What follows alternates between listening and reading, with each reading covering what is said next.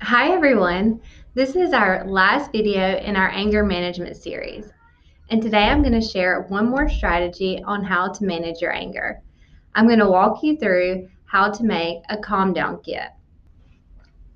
A calm down kit can be used in a variety of ways in a variety of situations.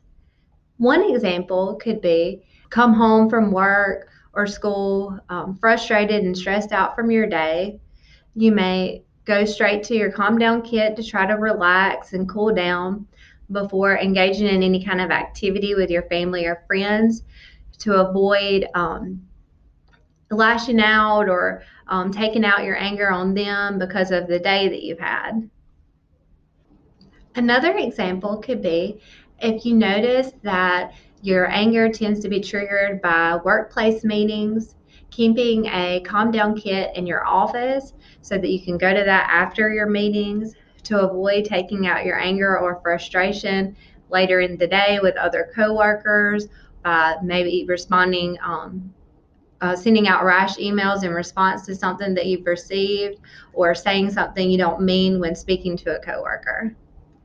And another example that you could use, or another example of a time when a calm down kit could be useful is even in a classroom. A teacher could have a calm down kit that he or she allows students to go to whenever they begin to recognize some of their anger warning signs. The first item you might want to consider in your calm down kit is a weighted item. Weighted items are great for triggering a relaxation or calming response in your body, as the weight of the item kind of forces your muscles to release that tension that they're holding on to, which in turn makes you feel more calm. Here I have a weighted blanket. This is actually a 10-pound weighted blanket.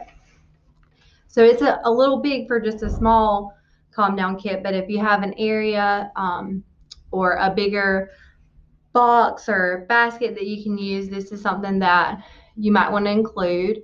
Or there's also weighted cushions, weighted vest, weighted stuffed animals are actually pretty popular and common right now too. So that might be something that would fit more nicely in a basket, and you could just hold on to it when you are taking a few moments to utilize your calm down box and reset your system. The next item that I would suggest to include in your calm down kit is an item that you can squeeze with your hands or just keep your hands busy. So I'm going to give you some examples of some. First, I have a variety of stress balls.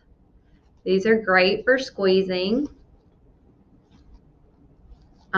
Lots of different kinds of stress balls out there. You can get these at most dollar stores or even like online stores as well.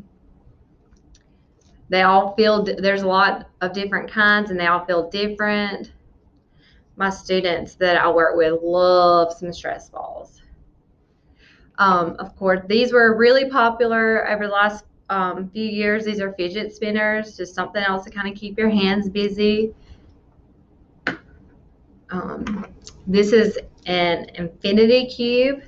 It's just something that you can manipulate and do different kinds of things with. Again, just to keep your hands busy. It's fun. This is pretty too. It's purple. And very similar to the infinity cube is a Rubik's cube. You can use this to kind of manipulate and keep your hands busy. Some other items that are fidget items that my students definitely love, but I'm just going to be honest, I like to use them too, to calm down. I have a lot of different ones of these, and I'll connect them and see what I can make out of them. Really, that's fun. And here's another one. It's really actually like kind of like a puzzle. You can manipulate it all kind of different ways and then try to put it back together. I'm not going to take it all apart now because I'll be embarrassed if I can't put it back together in the video, but these are fun. And then these are also really popular. This is a Pop-It fidget toy. It is very popular among kids, teens, and adults, and it's a great way to release some energy or stress, keep your hands busy, and it's very calming. I'm not sure, but I feel like it was created since so many people like to pop bubble wrap. So it's kind of like that. It's kind of like popping bubble wrap. You can just push the little things in and out, and it's just really relaxing. The last things that I have in the fidget item category is this is just a molding clay. You can make different shapes, and it just feels good, feels different. And then, of course, some Play-Doh.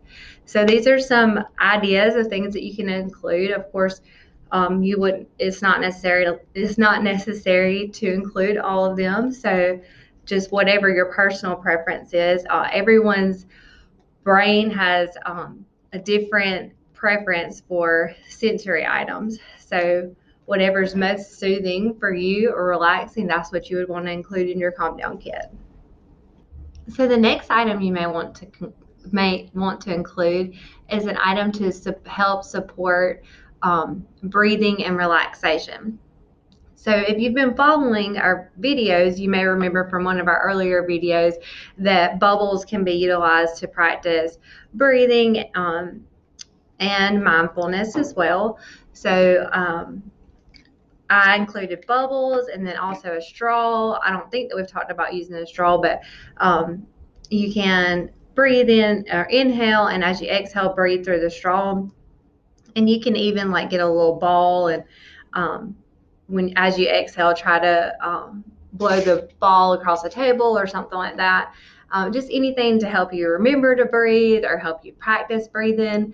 Other things that I like to use in sessions but that I don't have right here is a pinwheel. That's something that I use to practice breathing with students sometimes, and as they exhale, they try to make the wheel spin. So that's another item that you can include to support breathing. The next thing you want to include is an item that appeals to your sense of smell, and that is different depending on the individual. Here I have a variety of, well, a couple of hand creams, body lotion, a candle, an essential oil roll-on, and I have Play-Doh, which the reason I have Play-Doh is because this is actually scented Play-Doh, so it does appeal to the senses. So you'll have to find whatever is soothing for you, whatever fragrance or scent. It could be a lotion, perfume, maybe you want to light a candle while you're going through your calm down kit. If you find a scent that's soothing and relaxing for you, you may include essential oils that can be used in a diffuser or some kind of essential oil spray. There's lots of different things that can appeal to your sense of smell that can initiate a relaxation and calming response. Another thing you want to include is some kind of item that you can use to get yourself moving or remind you to be active. Here I have a jump rope that I'm going to include in the calm down box, but you could also include things like pictures of calming poses. We did a wellness video with different calming poses and positions, so a picture to remind you of some of those poses. That's also another good idea for something that you can include in your calm down kit. The next item that you want to include in your calm down kit is something that appeals to your sense of taste or your oral senses. Here I have a protein bar. You may want to put some other kind of snack or a variety of snacks with different textures. And I also have some chewing gum that you may want to include. You can also include things like a whistle or something like that that you can also do with your mouth to appeal to your oral senses. Next, you'll want to include some items that are visually calming. Here I have a old water hourglass. Some individuals find watching those calming. And then I have two different kinds of little flashlights that you might want to include something like this, or this actually has a laser on it too. Anything that appeals to your sense of sight, maybe even a kaleidoscope, something like that. You might want to include one in your calm down kit. And the next thing you want to consider including is something that appeals to your sense of sound. So I have some noise canceling headphones. I also have some earbuds. You may want to plug your headphones into your phone and listen to some of your favorite songs or some songs that you find soothing or relaxing, or you may just want to listen to an audiobook. So anything that you think would appeal to your sense of sound, include that in your calm down kit. And the last thing you want to include is something that'll help you give your brain a break. So that could be just a plain notebook and a writing utensil, or it could be some kind of puzzle, a book. Here I have a little peaceful spot, a story about mindfulness, maybe a dry erase board with a marker, or some kind of coloring activity or a coloring book. So those are examples of items that you can include that will help you give your brain a break. So now we have a calm down kit.